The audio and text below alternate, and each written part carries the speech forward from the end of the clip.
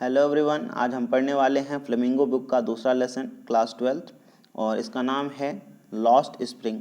इसको लिखा गया है अनीस जंग द्वारा। तो आइए शुरू करते हैं लेसन को। Lost spring, stories of stolen childhood. About the author Anees Jung 1964 was born in Rourkela. इनका जन्म 1964 में राउरकेला में हुआ था। एंड स्पेंट और इन्होंने बिताया अपना चाइल्डहुड और किशोरावस्था in Hyderabad. She received her education, इन्होंने अपनी एजुकेशन प्राप्त की in Hyderabad and in the United States of America. इनकी जो शिक्षा थी वो हैदराबाद में पूरी हुई और यूनाइटेड स्टेट्स में। हर पेरेंट्स वर बोथ राइटर्स, इनके जो पेरेंट्स थे यानी कि माता पिता वो भी राइटर्स थे। Anees Jung began her career as a writer, इन्होंने भी अपना करियर की शुरुआत एज अ राइटर की इन इंडिया में। सी हैज़ बीन एन एडिटर, ये एडिटर भी रही हैं, कॉलमिस्ट भी रही हैं फॉर मेजर न्यूज़पेपर्स, यानी कि कुछ मुख्य न्यूज़पेपर्स में in India and abroad, India में और विदेश में भी, अब्रॉड में भी। And has authored several books, और इन्होंने कई बुक्स भी लिखी हैं। The following is an excerpt from her book, है ना। और यहाँ पर भी जिस स्टोरी को हम पढ़ने वाले हैं वो इन्हीं की बुक से लिया गया है, एक छोटा सा हिस्सा, और उस बुक का नाम है lost spring, stories of stolen childhood. Here she analyzes the grinding poverty and traditions which condemn these children to a life of exploitation। और इस लेसन के थ्रू, है ना, इस स्टोरी के थ्रू वो एनालाइज करती हैं जो प्रॉवर्टी है, जो गरीबी है, जो ट्रेडिशंस हैं, जिसकी वजह से क्या है, जो बच्चों का जीवन है वो एक्सप्लॉइट हो रहा है, उसका शोषण हो रहा है। और इस स्टोरी में वो क्या करती हैं, इन्हीं कारणों को एक्सप्लोर करती हैं और एनालाइज करती हैं।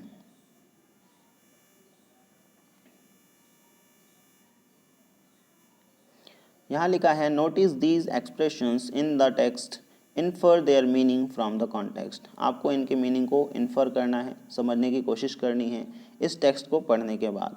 तो सबसे पहले लिखा है लुकिंग फॉर, लुकिंग फॉर का मतलब होता है ढूंढने से। परपेचुअल स्टेट ऑफ पॉवर्टी, गरीबी की ऐसी स्थिति जो सदा बनी हुई है, लगातार बनी हुई है।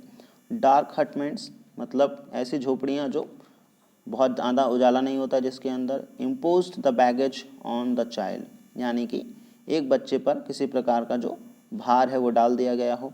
Slog their day light hours, यानी कि दिन का समय वह किसी काम को करने में बिताते हैं। रूफ ओवर हिज हेड, यानी कि किसी के पास घर होने की स्थिति। चलिए आगे बढ़ते हैं। समटाइम्स आई फाइंड अ रूपी इन द गार्बेज, है ना, कभी कभी मुझे 1 रुपया मिल जाता है इस गार्बेज में, यानी कि कूड़े में। Why do you do this, आप ऐसा क्यों करते हो। I ask Saheb whom I encounter every morning, है ना। यहाँ पर बोला गया कि साहब से नरेटर ने पूछा कि आप ये काम क्यों करते हो, है ना। whom I encounter every morning, जिसे मैं हर सुबह मिला करता था। और scrounging for gold in the garbage dumps, है ना। और जो साहेब है वो क्या कर रहा होता है, बीन रहा होता है gold in the garbage dump, जो कूड़े का ढेर है उसमें से वो गोल्ड को बीन रहा होता है। ऑफ माई नेबरहुड, यानी कि मेरे पड़ोस में। Sahib left his home long ago, Sahib ने अपना घर काफ़ी पहले छोड़ दिया था। Set amidst the green fields of Dhaka, और उसका घर ढाका के ग्रीन फील्ड के बीच में था। His home is not even a distant memory, है ना, उसकी जो घर की यादें हैं, है ना, वो बिल्कुल ज़रा सी भी नहीं है उसको अपने घर की याद कि वो कहाँ से आया है या उसका घर कैसा था। There were many storms that swept away their fields and homes, है ना, बहुत सारे तूफान आए जो उनके घर को और उनके खेतों को बहा ले गए। हिज मदर टेल्स हिम, ऐसा उसकी मम्मी ने उसे बताया है। दैट्स वाई दे लेफ्ट, है ना, और इसी वजह से वो सारी चीज़ें छोड़ करके चले आए। Looking for gold in the big city, है ना, और गोल्ड की तलाश में बड़े शहर में। वेयर ही नाउ लिव्स, जहाँ वो अब रहता है। I have nothing else to do, he mutters, वो धीरे से बोलता है कि मेरे पास और भी कुछ करने के लिए नहीं है, और कुछ करने के लिए नहीं है। लुकिंग अवे, है ना, और वो दूसरी तरफ देख करके ऐसा बोलता है। गो टू स्कूल आई से ग्लिबली। तो जो नरेटर है वो बोलता है कि भाई आप स्कूल क्यों नहीं जाते हैं, है ना। से ग्लिबली का मतलब क्या हो गया, है ना, बहुत ज़्यादा उस बात को ध्यान नहीं दिया कहते वक्त। Realising immediately how hollow the advice must sound, है ना, कि जो एडवाइस नरेटर उस बच्चे यानी कि साहिब को दे रहा है वो कितनी खोखली एडवाइस है। There is no school in my neighbourhood when they build one I will go. तो जो साहिब है वो रिप्लाई करता है कि भाई मेरे पड़ोस में कोई भी स्कूल नहीं है और अगर वहाँ पे स्कूल बनेगा तो मैं ज़रूर जाऊँगा।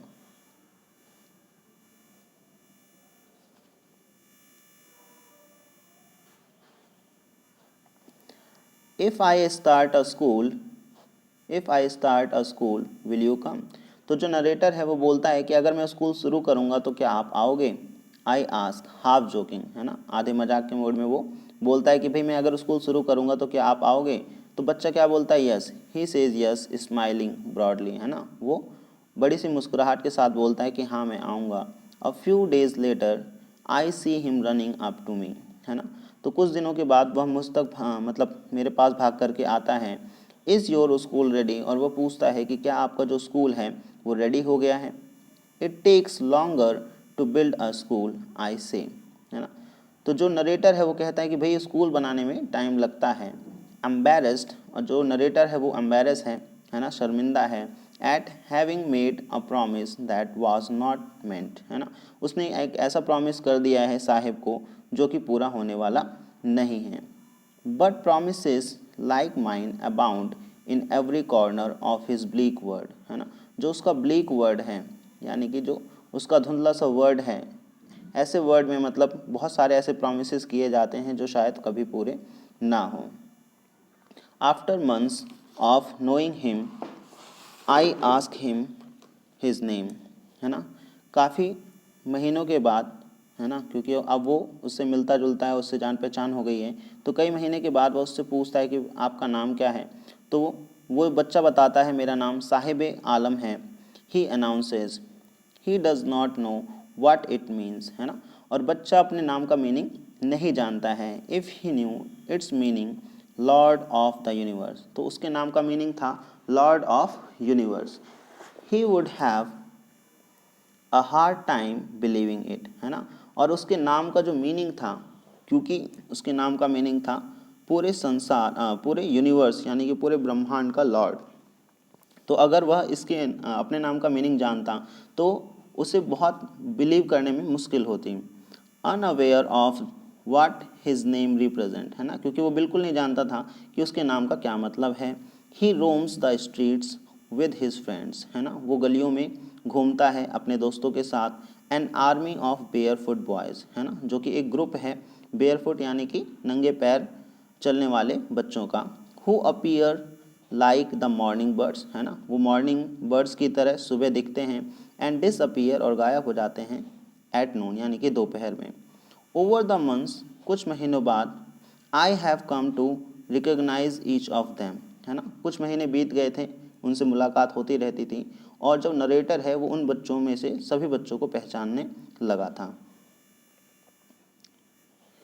Y aren't you wearing chappals I ask one, तो उस ग्रुप के एक बच्चे से नरेटर ने पूछा कि आपने चप्पल क्यों नहीं पहनी है। My mother did not bring them down from the self, he answers simply, तो वो बच्चा सिंपल तरीके से रिप्लाई करता है कि मेरी मम्मी ने मुझे अलमारी से चप्पल उतार करके नहीं दी। Even if she did he will throw them off, adds another who is wearing shoes that do not match, तो एक दूसरा बच्चा ये बोलता है कि अगर इसकी मम्मी ने इसे चप्पल दी होती उतार के तब भी ये चप्पलों को फेंक देता। और जिस बच्चे ने ये बात कही उसने खुद ऐसे जूते पहने हैं जो, है ना, अलग अलग जूते हैं, मतलब एक जोड़ी एक सेम जोड़ी जूते नहीं हैं, एक पैर में अलग और दूसरे पैर में अलग। When I comment on it, है ना, जब वह इस पर कोई टिप्पणी करते हैं यानी कि narrator, he shuffles his feet and says nothing, है ना, तो वो बच्चा कुछ नहीं कहता है, बस अपने पैरों को इधर उधर हिलाता है। I want shoes says a third boy, तो एक तीसरा बच्चा बोलता है कि मुझे जूते चाहिए। Who has never owned a pair of pair all his life, है ना, जिसे अपने जीवन में कभी भी एक जोड़ी जूते नहीं मिले थे। Travelling across the country I have seen children walking barefoot. तो मैंने, नरेटर अपने बारे में कहते हैं कि मैंने इस मतलब होता ना देश में बहुत अलग अलग जगह यात्राएं की हैं और मैंने देखा है बच्चों को नंगे पैर चलते हुए in cities on village road, है ना, कि गांव में और शहरों में दोनों ही जगह। It is not lack of money, ऐसा नहीं है कि उनके पास पैसे नहीं हैं, but a tradition to stay barefoot, है ना, कि एक परंपरा सी बन गई है कि वे क्या रहें, नंगे पैर रहें। इज़ वन एक्सप्लेनेशन, है ना, कि ऐसा कुछ लोग क्या करते हैं, एक्सप्लेनेशन देते हैं, ऐसा एक बहाना बताते हैं कि भैया गरीबी नहीं है और वे सिर्फ ना एक परंपरा है उनको नंगे पैर चलने की, तो ये एक तरीके का एक्सक्यूज़ है। I wonder if this is only an excuse to explain away a perpetual state of poverty। देखिए एक ये जो एक्सप्रेशन था वो यहाँ पर आ गया है। परपेचुअल स्टेट ऑफ पॉवर्टी का मतलब था कि ऐसी गरीबी की स्थिति जो लगातार बनी हुई है, सदा बनी हुई है, और इसको एक्सप्लेन करने के लिए लोग एक बहाना ढूंढ रहे हैं, एक बहाना बना रहे हैं कि भाई ऐसा नहीं है कि उसको गरीबी की मतलब गरीब है, वो बस क्या है, एक परंपरा है, इसी वजह से ये लोग नंगे पैर चलते हैं। I remember a story a man from Udupi once told me, कि मुझे एक स्टोरी याद है जो एक आदमी ने मुझे बताई थी, वो उडुपी का रहने वाला था। As a young boy he would go to school, है ना, जब वो बच्चा था तो वो स्कूल जाया करता था। Past an old temple, है ना, और उसके रास्ते में एक टेम्पल पड़ता था, मंदिर पड़ता था। Where his father was a priest, जहाँ पर उसके पिता एक पुजारी थे। He would stop briefly at the temple, वह कुछ समय के लिए टेम्पल पर रुकता, and pray for a pair of shoes, और वहाँ पर प्रार्थना करता कि उसे एक पेयर ऑफ शूज़ मिल जाए, एक जोड़ी जूती मिल जाए। 30 years later, 30 सालों के बाद, I visited his town and temple, है ना। तो जो नरेटर है वो ये कह रहे हैं कि भाई 30 सालों के बाद जब मैं उसके शहर गया, या है ना, और उस मंदिर में गया, उस नगर में गया, which was now drowned in an air of desolation in the backward where lived the new priest, है ना। जब वो वहाँ विजिट करते हैं तो वो जो घर है वो काफ़ी पुराना हो गया है ना, जैसे धूल मिट्टी में भरा हुआ, और डेसोलेशन का मतलब जहाँ पर और ज़्यादा लोग ना रहते हों, है ना, अलग थलग एक जगह में वो घर होता है, और उसके बैकवर्ड में, है ना, उसके घर के पीछे वाले हिस्से में where lived the new priest, जहाँ पर एक नया पुजारी रहता था। There were red and white plastic chairs, वहाँ पर लाल और वाइट कलर की प्लास्टिक की चेयर थी। A young boy dressed in a grey uniform, एक बच्चा होता है वहाँ पर और वो ग्रे यूनिफॉर्म को पहने हुए है। वियरिंग सॉक्स एंड शूज़, और उसने जूते और जुराबे पहने हुए हैं। अराइव्ड पेंटिंग, है ना, वो आता है दौड़ते हुए, हाँफते हुए।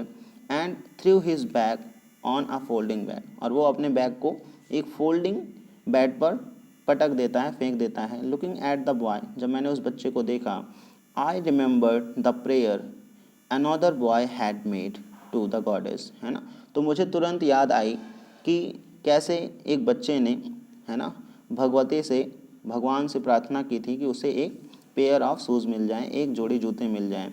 When he had finally got a pair of shoes, और जब उसे वो शूज़ मिल गए, उसे पेयर ऑफ शूज़ मिल गए। Let me never lose them, the goddess has granted his prayers, है ना, तो वो भगवान से प्रार्थना करता है कि मैं कभी इन, है ना, एक जोड़ी जूते को खोऊं नहीं, है ना, और ऐसा लगता है कि भगवान ने उसको उसकी जो ये विश है वो पूरी कर दी है। Young boys like the son of the priest now वोर शूज़, है ना, जैसे कि छोटे बच्चे हैं प्रीस्ट के, बिल्कुल उसी तरीके से जो बच्चे हैं वो आजकल जूते पहनते हैं।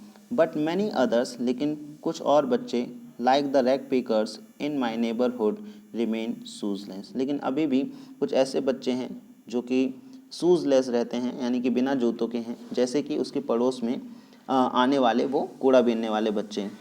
माई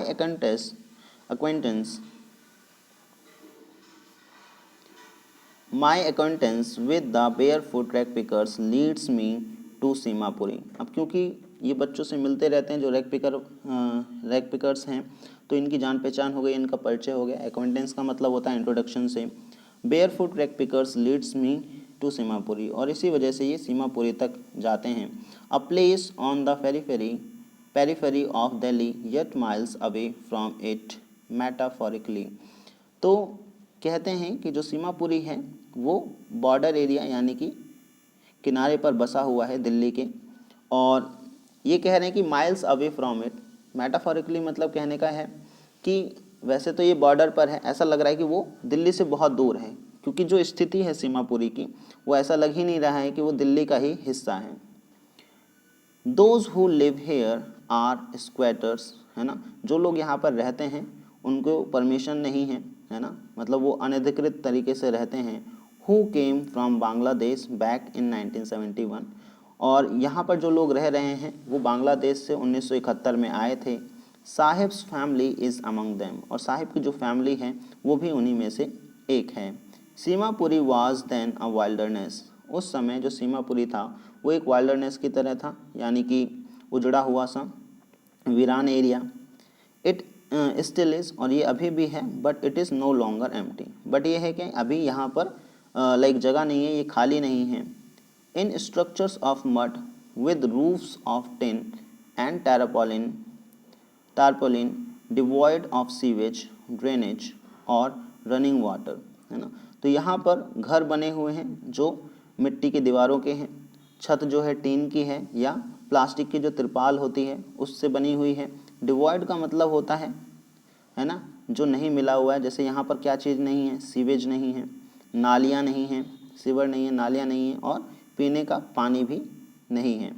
और लिव्स 10,000 रैग पिकर्स, और यहाँ पर लगभग 10,000 कूड़ा बीनने वाले लोग रहते हैं। They have lived here for more than 30 years without an identity, और वे लगभग यहाँ 30 सालों से रह रहे हैं बिना किसी पहचान के, बिना किसी आइडेंटिटी के। विदाउट परमिट्स, बिना परमिट के। बट विद राशन कार्ड, क्योंकि उनके पास राशन कार्ड है। That get their names on voters list, और इसी वजह से उनका जो नाम है वो वोटर लिस्ट में आ गया है। And enable them two by grain, है ना, और इसकी वजह से उन्हें जो राशन है वो मिल जाता है। Food is more important for survival, जो खाना है वो ज़्यादा इम्पॉर्टेंट है जीवन को चलाने के लिए देन एन आइडेंटिटी, है ना।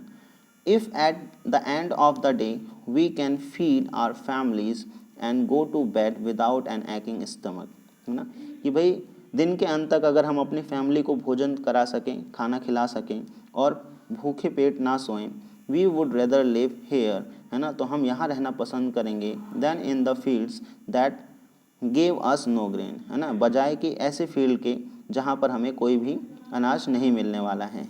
से a group of women the in tattered saris, है ना, तो एक महिलाओं के ग्रुप से जब ये पूछते हैं तो वो ऐसा कहते हैं कि भाई हमें यहाँ रहना ज़्यादा पसंद होगा, क्योंकि हम अपने फैमिली को भोजन करा सकते हैं, कम से कम हमें भूखे पेट नहीं सोना पड़ेगा। और उनकी जो साड़ीज़ हैं वो कैसी हैं, फटे हाल हैं, मतलब काफ़ी बेकार स्थिति में हैं, रफ़ हैं। When I asked them why they left their beautiful land of green fields and rivers, है ना, जब ये बात उन्होंने पूछी थी कि भाई आप अपना घर और फील्ड वगैरह, है ना, छोड़ करके यहाँ क्यों चले आए, तो ऐसा उन्होंने कहा कि भाई वहाँ पर हमें, है ना, खाने के लिए अगर कुछ नहीं मिल रहा है तो उससे तो बेहतर है कि हम यहाँ पर अपना कम से कम भूखे पेट तो नहीं सो रहे हैं, तो इससे बढ़िया है कि हम यहाँ पर रहें। Wherever they find food, they pitch their tents that became transit homes, जहाँ कहीं भी उन्हें भोजन मिलता है वो अपना टेंट वहीं पर लगा देते हैं। That becomes transit home, और उनका जो होम है वो क्या है, ट्रांजिट है, यानी कि टेम्परेरी है। Children grow up in them, और बच्चे उसी में पल रहे हैं, बढ़ रहे हैं। बिकमिंग पार्टनर्स इन सर्वाइवल, और वो भी क्या करते हैं, जीवन यापन को करने के लिए एक हिस्सेदार बनते हैं आगे चल करके, बड़े होकर के। And survival in Seemapuri means rag picking, और अगर अपना जीवन आपको चलाना है सीमापुरी के अंदर, या सीमापुरी में रहने वाले लोग जो अपना जीवन चलाते हैं वो क्या है, रैग पिकिंग करते हैं, यानी कि कूड़ा बीनते हैं। Through the years it has acquired the proportion of a fine art, garbage to them is gold. अब जैसे बीते हुए कुछ सालों में जो ये प्रोपोर्शन है वो फाइन आर्ट की तरह हो गया है ना, gold to them is gold, उनके लिए जो गार्बेज है वो गोल्ड के समान है, वो सोने के समान है। It is their daily bread, वो उनके डेली ब्रेड की तरह है, उनकी रोजी रोटी की तरह है। A roof over their head, ये भी एक फ्रेज था जो पहले दिया हुआ था, ये उनको घर देता है, कहीं ना कहीं रहने के लिए उनके पास एक घर है इसी रैक पिकिंग से। Even if it is leaking roof, है ना, भले ही वो छत टपक रही हो बट कम से कम उनके पास घर तो है। But for a child it is even more, है ना, तो कम से कम उसके एक बच्चे के लिए इतना ही बहुत है कि उनके पास घर तो है। आई समटाइम्स फाइंड अ रूपी इवन अ 10 रुपी नोट, है ना, कि मुझे कभी कभी 1 रुपये मिलता है और कभी कभी तो 10 रुपये मिल जाते हैं। Sahib says his eye lightning up, his eyes lightning up, जो साहिब है वो ऐसा बोलता है कि भाई मुझे 1 रुपये मिलता है, कभी कभी 10 रुपये भी मिल जाता है, और ये कहते हुए उसकी आंखों में बहुत चमक होती है, उत्साह होता है। When you can find a silver coin in a heap of garbage, जब कूड़े के ढेर में आपको कोई सिक्का मिलता है, कोई रुपीज़ मिलते हैं। यू डोंट स्टॉप इन स्क्राउंजिंग, तो आप बीनना बंद नहीं करते हैं उस कूड़े के ढेर में से। For there is hope of finding more, क्योंकि आपको उम्मीद है, आपको आशा है कि हमें और भी पैसे उसके अंदर मिल सकते हैं।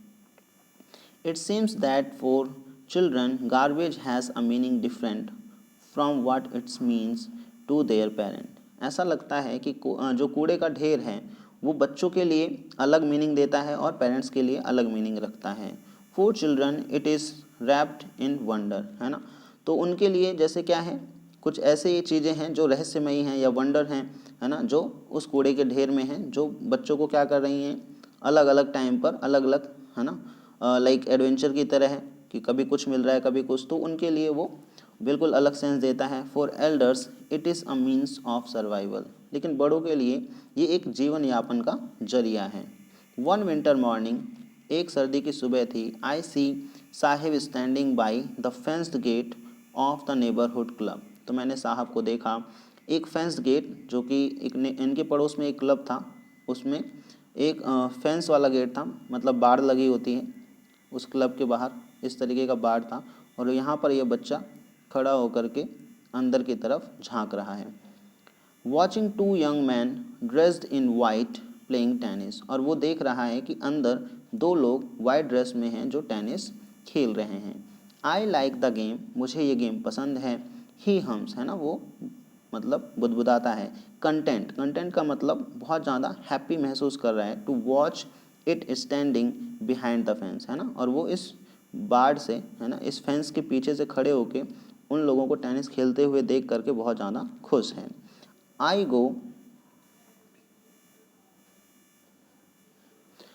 गो inside when no one is around, जब कोई नहीं होता है तो मैं अंदर जाता हूँ। ही एडमिट्स, वो ये स्वीकारता है। The gatekeeper lets me use the swing, जो गेट कीपर है वह मुझे झूला झूलने देता है। Saheb too is wearing tennis shoes that look strange over his discoloured shirt and shirt, जो उसने निक्कर और शर्ट पहनी हुई है वो कैसी है, डिस्कलर्ड है, यानी कि पुरानी हो गई है, इसलिए उसका जो कलर है वो डल हो गया है। और उसने भी टेनिस के शूज़ पहने हुए हैं जो बहुत ही अजीब से लग रहे हैं उस शर्ट और उस निक्कर के साथ। Someone gave them to me, he says in the manner of an explanation, और वो उन जूतों के बारे में कहता है कि मुझे ये जूते किसी ने दिए हैं। The fact that they are discarded shoes of some rich boy, है ना, किसी अमीर घर के बच्चे कि वो डिस्कार्डेड यानी कि रिजेक्टेड शूज़ हैं। Who perhaps refuse to wear them because of a hole, है ना, कि हो सकता है उस अमीर घर के बच्चे ने उस जूते में छेद हो जाने की वजह से उसको पहनने से मना कर दिया होगा। In one of them does not bother him, और इस बात से साहिब को कोई फ़र्क नहीं पड़ता जो उसके जूते में छेद है। For one who has walked bear foot, है ना, और ऐसा तब जब वो बच्चा क्या है, हमेशा नंगे पैर घुमाए, तो उसके लिए ये शूज़ भी बहुत हैं। Even shoes with a hole is a dream come true, है ना, तो उसके लिए ये एक सपने के पूरे होने जैसा है। But the game he is watching so intently is out of his reach, जो गेम वह देख रहा है वो बिल्कुल उसकी रीच यानी उसकी पहुंच से दूर है। This morning Saheb is on his way to the milk booth, है ना, अगली सुबह यानी कि इस सुबह की बात करें, मतलब उसके आगे का दिन है, तो अगली सुबह देखता है कि जो साहिब है वो मिल्क बूथ की तरफ जा रहा होता है। In his hand a steel canister, उसके हाथ में एक स्टील का बर्तन है, कनिस्टर है। I now work in a tea stall down the road, he says pointing in the distance. और वो इशारा करते हुए बताता है कि मैं सड़क के दूसरी तरफ एक टी स्टॉल है और वहाँ पर मैं अब काम करने लगा हूँ। I am paid 800 rupees and all my meals, और अब वहाँ पर मुझे 800 रुपये और खाना मिलता है। Does he like the job, I ask, his face I see has lost the carefree look. जब नरेटर पूछता है कि क्या वो जॉब तुम्हें पसंद है, तो जो उसकी केयर फ्री लुक थी, है ना, एकदम चिंता मुक्त वाली जो लुक थी, वो चेंज हो गई, वो बदल गई। The steel canister seems heavier, जो स्टील कनिस्टर यानी कि स्टील का बर्तन उसने लिया हुआ है वो कुछ भारी लग रहा है। और किस चीज़ से ज़्यादा भारी लग रहा है? The plastic bag he would carry so lightly over his shoulders. वो जो बैग उठाए रहता था, मतलब कूड़ा बीनते वक्त, वो बल्कि हल्का था, और ये कनिस्टर जो है वो उससे कई ज़्यादा भारी है। द बैग वाज हिज, क्योंकि जो बैग था वो उसका था। अपने मन से वो जितना वजन उठाना चाहता था उठा सकता था। अपने मन से जब उसे जहाँ से भी कूड़ा बीनना होता था वो बीन सकता था। एटलीस्ट वो खुद से ही वो सारी चीज़ें डिसाइड करता था। The canister belongs to the man, है ना, लेकिन जो कनिस्टर है वो बर्तन है वो उस आदमी का है। Who owns the tea shop, है ना, जिसकी वो टी शॉप है। Saheb is no longer his own master, और जो साहिब है वो अभी भी अपना खुद का मास्टर नहीं है। तो ये lesson number 2 the lost spring, दो हिस्से में दो अलग कहानियाँ हैं। ये पहली कहानी थी जो यहाँ पर फिनिश हो गई है। आशा करता हूँ ये कहानी आपको समझ में आई होगी। मिलते हैं अगले पार्ट में इसी चैप्टर के, और उसमें हम एक नई स्टोरी को डील करेंगे। तब तक के लिए बाय बाय।